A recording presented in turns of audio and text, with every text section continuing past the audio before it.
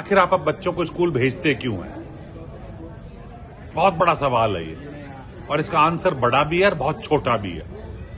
अगर सही मायने में मैं कहूं तो आप बच्चों को इंसान बनाने भेजते हो, पर दुर्भाग्य से आप समझ नहीं पा रहे हो। आप उस बच्चे को कलेक्टर बनाना चाहते हो, एसडीएम बनाना चाहते हो, चपरासी बनाना चाहते हो, डॉक्टर बनाना चाहते हो, या कुछ और बिजनेसमैन, पर उसको इंसान नहीं बनवाना चाहते। जबकि सच्चे मायने में शिक्षा का मतलब ही बच्चे को इंसान बनाना है।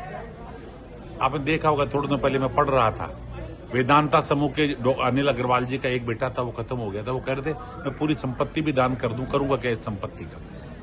हमारे जो रेमंड्स के मालिक है, राजस्थान के ही झुंझुनू के रहने वाले हैं, सिंघानिया, उनके 47 रूम की बिल्डिंग में बेटे ने बाहर निकाल दिया और 8 दिन तक बाहर पड़े रहे। एक आईएएस की मां मर गई और 68 दिन बाद उन्होंने जब मां को फोन किया तो मां का शरीर कंकाल में तब्दील हो चुका था। क्या ऐसा बेटा पैदा करना चाहते हो? क्या ऐसा बेटा करना चाहते हो? न माँ बाप की परवाह है, न अपने बच्चों की परवाह है, न समाज की परवाह है। ये सब चीज सोचने का विषय है। हम सब पेरेंट्स के लिए ये बड़ी सोचने की विषय है। आज आप अपने बच्चों के लिए सब कुछ कर रहे हो, पर कल याद करो यही बच्चा बड़ा होकर अगर आपको भूल गया तो। और अगर मैं सच बात कहूं तो ये आप भी कर रहे हो, आप लोग भी ऐसा ही कर रहे हो। ये ज्वलंत समस्या है जिस पे पूरे देश का ध्यान गया कि आखिर हम जा कहां रहे हैं। हम रिश्तों को खत्म कर चुके, हम समाज को खत्म कर चुके, हमारे में मानवता खत्म हो चुकी, चरित्र खत्म हो चुका। इसी बात को ध्यान रख के नई शिक्षा नीति के तहत भारत सरकार ने एक बोर्ड का गठन किया जो भारतीय ज्ञान परंपरा के साथ विश्व की दक्षता को लेता है। दक्षता वैश्विक हो, अर्थात बच्चा विश्व में कहीं भी जाए तो टॉप रहे, लेकिन उसमें ज्ञान परंपरा भारतीय हो। इसको लेकर भारतीय शिक्षा बोर्ड की स्थापना की और मैं आप सबको बधाई देना चाहूंगा। आप सब खड़े होकर इस बात पे ताली बजा सकते हैं कि अरुणोदय स्कूल ने उस भारतीय शिक्षा बोर्ड को अपनाया है। मैं दावे के साथ कह सकता हूं कि आगामी 10 साल बाद जब ये बच्चा निकल कर जाएगा धीरे धीरे करके पहली क्लास से, बाकी बच्चों में भी अंतर आएगा लेकिन थोड़ा कम आएगा, लेकिन जब पहली क्लास का बच्चा 10th पास करके 12th पास करके जाएगा तो दावे के साथ कहता हूं ना बेरोजगार रहेगा और नई समाज के लिए हानिकारक। वो कितना कमाएगा मैं ये नहीं कह सकता, लेकिन जितना भी कमाएगा अपने माँ बाप के साथ, परिवार के साथ, समाज के साथ और देश के साथ बैठकर बांटेगा। यही अरुणोदय स्कूल और एक शिक्षा की कल्पना होती है। मैं धन्यवाद दूंगा नरेंद्र सर को, मैडम तोमर मैडम को, कि आप सबने मिलकर भारतीय शिक्षा बोर्ड को चुना।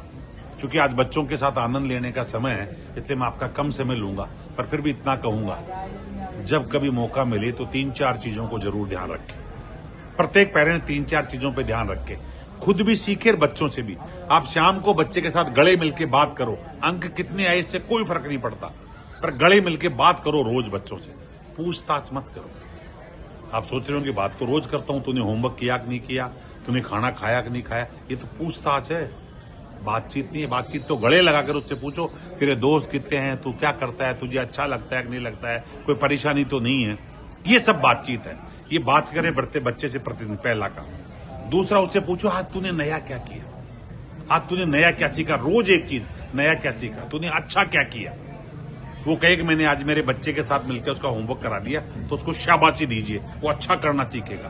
तो प्रतिदिन एक चीज ये पूछे कि तूने नया क्या किया, तूने अच्छा क्या किया। तीसरा, जो प्राप्त है वो पर्याप्त है, इसकी भावना खुद भी लेके आए बच्चों में डेवलप करें।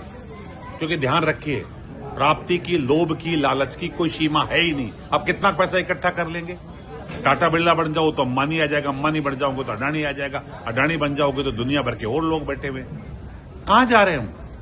अच्छा, खाते सब रोटी ही है, तो शांति से जो आपको प्राप्त है उसको आनंद लीजिए। अगर आपको सूखी रोटी मिल रही है उसको प्यार से खाइए, चुपड़ी मिल रही है उसको प्यार से खाइए, साइकिल है तो भी खुश रहिए, फिर मोटरसाइकिल आ जाए तो भी खुश रहिए, कार है तो भी खुश रहिए। क्यों कल्पना करते हैं? सो कोशिश करिए कि जो प्राप्त है वो पर्याप्त मानकर रहे। ये 3-4 चीजें छोटी छोटी अगर आप खुद अपनाएंगे, और सबसे बड़ी बात, जो भगवान है उसकी सेवा करें। मंदिर में नहीं है, वो तो आपके घर में है। अगर आप जितने लोग बैठे हैं, पेरेंट्स मुझे सुन रहे हैं, और अगर आपके माँ बाप आपसे दूर रहते थे, आपका दायित्व तो बनता है कि अपने माँ बाप को हर 2-3 दिन में फोन करें, बात करें, ताकि बच्चा आपको देख रहा है। बच्चा जितना आपको देखकर सीखेगा उतना किसी चीज से नहीं सीख सकता। तो आशा है आपको मेरी बातें कुछ लगेगी। इस वीडियो को बार बार देखिएगा।